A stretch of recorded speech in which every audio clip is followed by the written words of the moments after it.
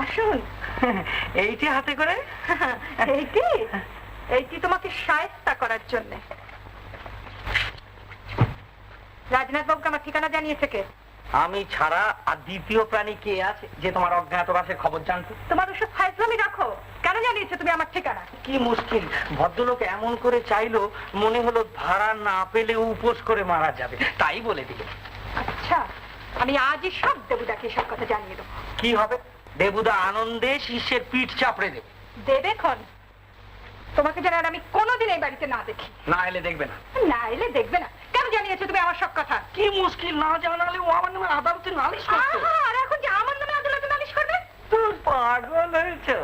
70 টাকা আদায় করতে গিয়ে যে 200 টাকা খরচ করে ফেলতে পারে সে আর যাই করুক নালিশ করবে না। এখন তো আমি বাজি রেখে